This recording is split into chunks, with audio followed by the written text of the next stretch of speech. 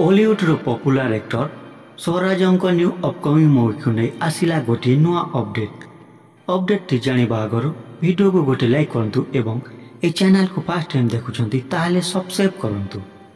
First time Swaraj और स्वप्ना प्रियदर्शिनी गोटे movie रे नजर आसीबे। ए मूवी रो टाइटल रखा जायछि स्वाक राजा।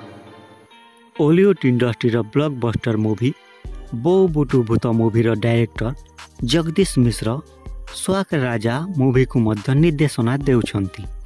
ए मूवी को प्रोड्यूस करुछंती सरगम त्रिपाठी और साई सनातन। म्यूजिक देइछंती गौरव आनंद। चाइल्ड एक्टर रु स्वराज 2017 रे तुमो लव स्टोरी मूवी रे first time lead actor role play करिथिले। स्वप्ना प्रियदर्शिनी को first movie love in London जहाँकि अनुभव महांती सह नजर आसी एमती नुआ नुआ मूवी अपडेट पाइबा आम चैनल को सब्सक्राइब करंतु।